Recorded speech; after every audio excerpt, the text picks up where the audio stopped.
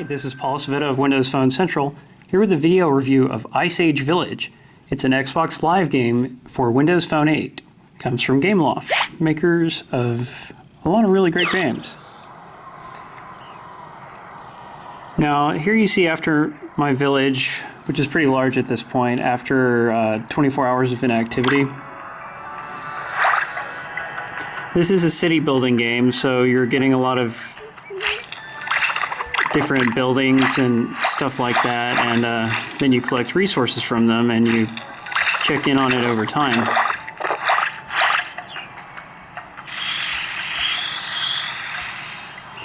So we have all these different creatures here. They're prehistoric themed, not exactly historically accurate, but after a certain amount of time, which varies by the creature, you can collect money from them, as such, coins, and then you feed them, which gives you experience stars.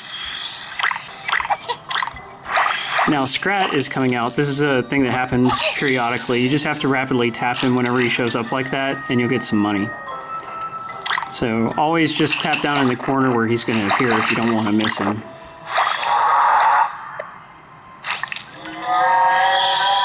Now the game encourages you to build your stuff very close together. For one thing, you have a limited amount of space. If I wanted to, say, build out here, I would have to unlock that space with quite a lot of coins or acorns. You have things called decorations, such as these little green statues, even these rocks, and these little penguin guys, penguin statue. They all provide bonuses to the buildings near them, the animals and fun stuff buildings. So they cause them to pay out a higher coin payout whenever you finally check on them. So you want to kind of densely pack your stuff around decorations in order to maximize coin output. Here's a bunch of animals swinging. That's fun stuff. Fun stuff is like an animal, except that it doesn't pay experience. It only pays coins. If you're not sure how often an animal pays out, you can just pause it and look. And right here, it's got 12 hours before it pays again, and that's how many coins I'll get. I can move it if I want, or I can put it back in my collection. So here I can go to my collection and see the stuff that I've got put away.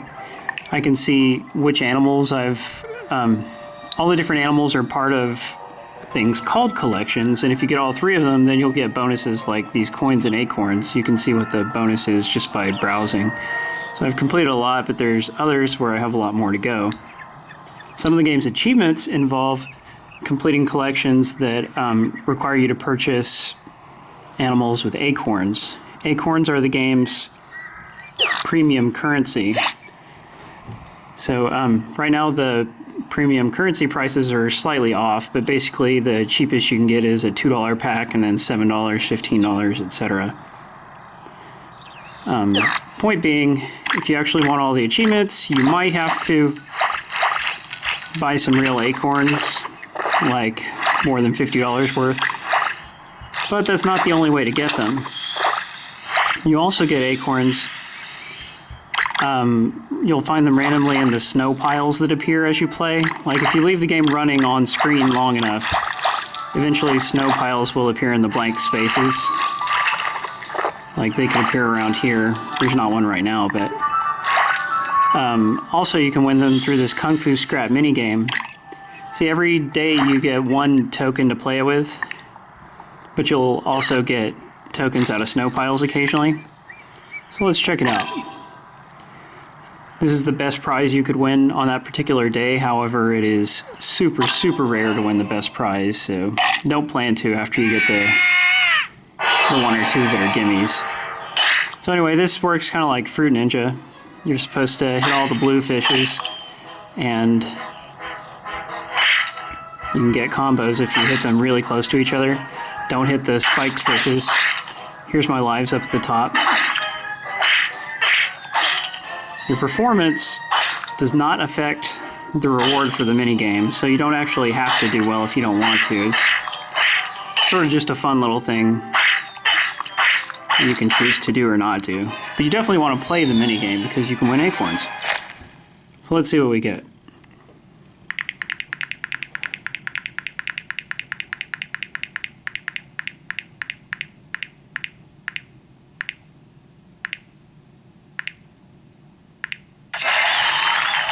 a decent number of coins, although acorns is what I wanted, so it's kind of a shame. And I've got a few more tokens I could play again. If I didn't have any tokens, it would cost acorns to play again, and that would be a big waste. Here's a snow pile like I was talking about.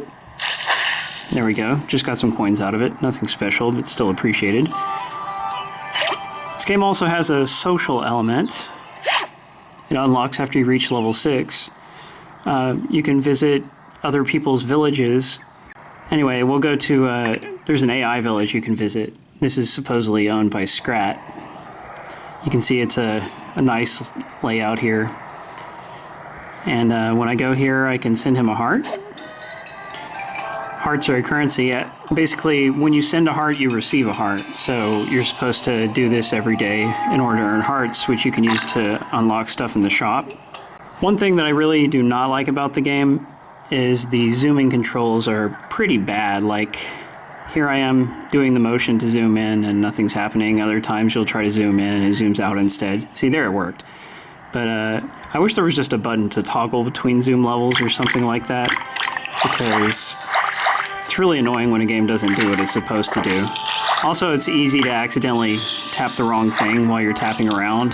This is a free game, like I said. You can buy currency for it if you want, which achievement hunters and people who, you know, really want to make their village look extra nice will want to do. But everybody else can just play it for a while, you know, check in with it daily, maybe different times throughout the day, and just have a little bit of fun with it. Some people won't find this fun, but I got pretty addicted to it. Thanks for watching. Read the full review at wpcentral.com.